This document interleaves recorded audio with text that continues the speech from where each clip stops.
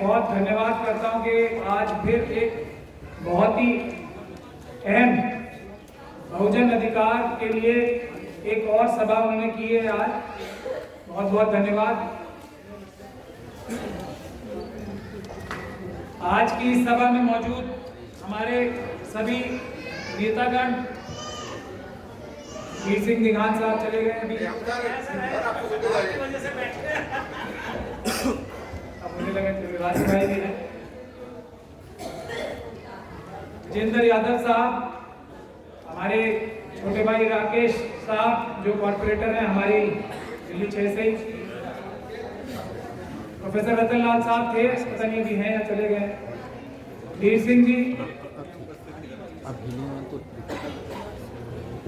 Engineer Khemchand Kohli साहब, WPTP के तमाम कार्यकर्तागण, ऑफिस बेयरर्स, मानव साहब,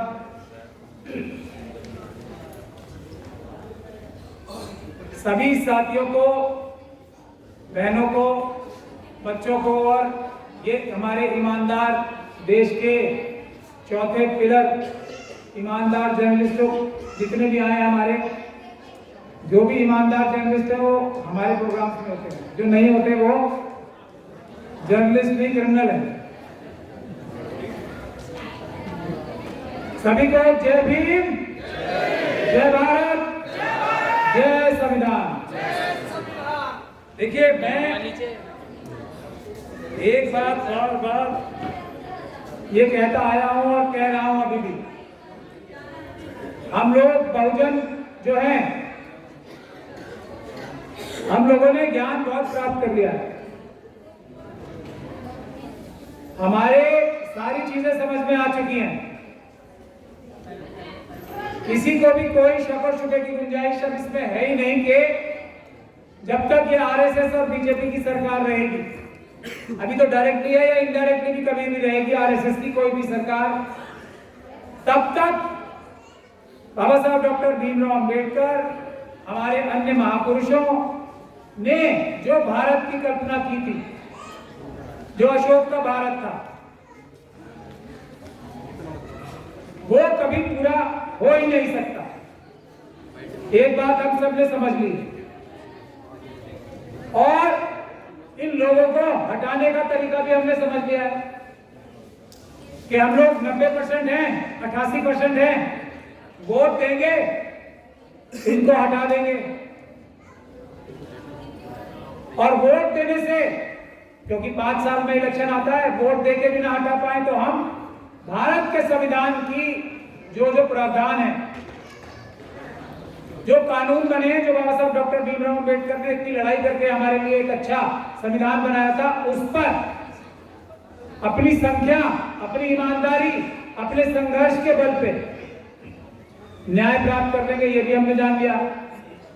तो अब आरएसएस और बीजेपी के लोग क्या करें, उसका एक एग्जाम्पल अभी कल आया, उससे पहले भी एग्जाम्पल चल रहे हैं बहुत, कल वाला एग्जाम्पल मैं अभी बताता हूं, लेकिन जो सबसे बड़े मुद्दे 2 चल रहे हैं इस वक्त देश में।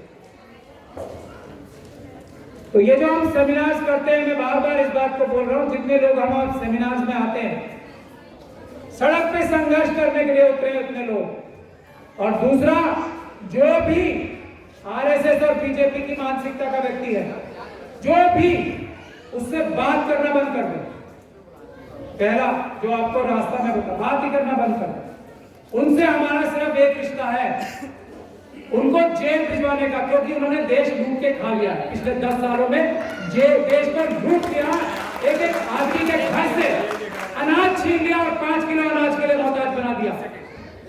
हम लोग जो दुनिया और देशवासियों को अनाज खिलाने वाले लोग थे, आज 5 किलो अनाज के लिए मोहताज बना दिया।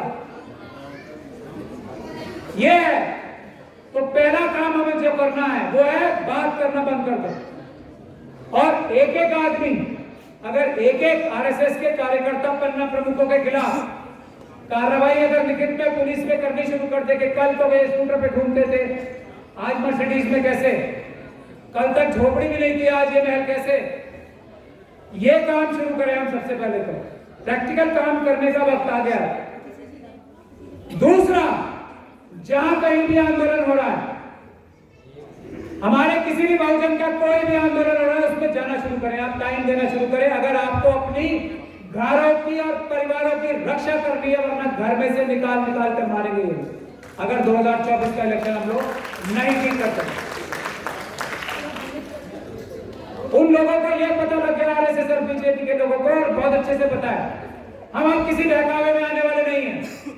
कोई मुद्दा ले, बालाकोट, पुलवामा, ये वो कुछ भी, उससे बेवकूफ बनने वाले नहीं है लोग, बिल्कुल बेवकूफ नहीं बनेंगे और कोई भी वोट नहीं देगा इन्हें। तो इन्होंने ईवीएम का जरिया चुन रखा है, ईवीएम। आप वोट किसे भी दें, सरकार अगर नरेंद्र मोदी साहब की बनेगी तो फिर क्या करोगे आप? भाई वोट देके ही तो सत्ता परिवर्तन कर सकते हो आप। पूरी तरीके से अगर अम्बेडकरवादी सरकारें नहीं आती तो जैसी भी थोड़ी बहुत अम्बेडकरवादी सरकारें आती है वही तो बना सकते हो आप। अब वो करने का भी तरीका छीन लिया। तो पहला मुद्दा तो ये है, समझ लो आप लोग ध्यान से, पहला मुद्दा है ईवीएम। इस वक्त ईवीएम के लिए जहां जहां भी आंदोलन हो रहा है वहां भारी संख्या में जाके ईवीएम का विरोध करें। हम लोगों ने जो ईवीएम हटाओ संयुक्त मोर्चा ने जो प्रोग्राम दिया है, और अभी 31 तारीख को बामसे की एक बहुत बड़ी कॉल है जंतर मंतर पे, आप सभी लोगों को, और आप सब लोगों को नहीं, अपने साथ कम से कम 10-10, 20-20 लोग लेके, आप सब जागरूक लोग हो। 31 तारीख को पहले सबसे पहला काम, 31 तारीख को बामसे ने जो कॉल दी है ईवीएम हटाने के लिए,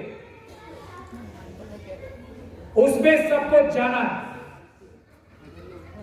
हम सब लोग जा रहे हैं, हम सब लोग पूरी ताकत से जा रहे हैं। मैं सब लोगों से आह्वान करता हूं कि 31 तारीख के प्रोग्राम को ऐतिहासिक प्रोग्राम बना के इलेक्शन कमीशन को मजबूर करना है कि पेपर बैलेट से ही चुनाव होगा, ईवीएम से नहीं होने देंगे।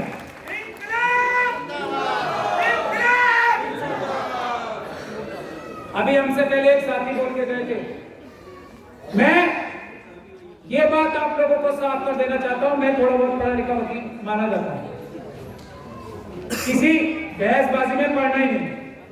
ये बुनियादी कानून है पूरी दुनिया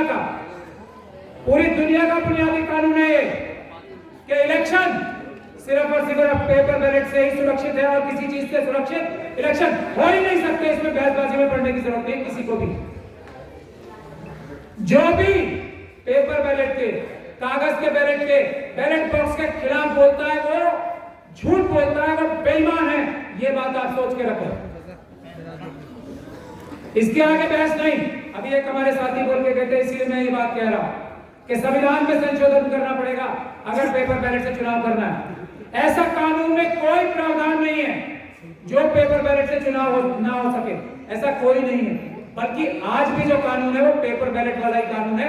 बैलेट, ये जो ईवीएम मशीन भी है ना, इसको भी पेपर बैलेट ही मान के इलेक्शन होते हैं।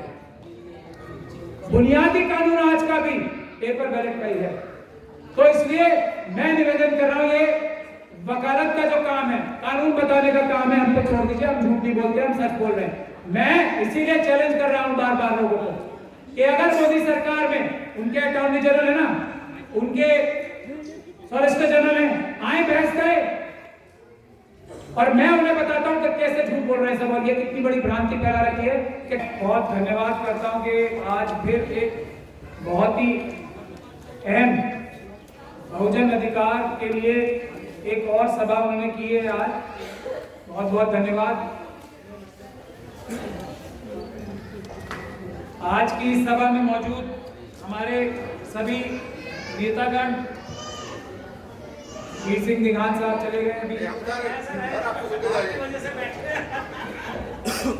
अब मुझे लगा त्रिवासी भाई भी है, जितेंद्र यादव साहब, हमारे छोटे भाई राकेश साहब जो कॉर्पोरेटर हैं हमारी दिल्ली 6 से, प्रोफेसर रतन लाल साहब थे, पता नहीं भी हैं या चले गए, वीर सिंह जी, इंजीनियर प्रेमचंद कोहली साहब, WPTP के तमाम कार्यकर्तागण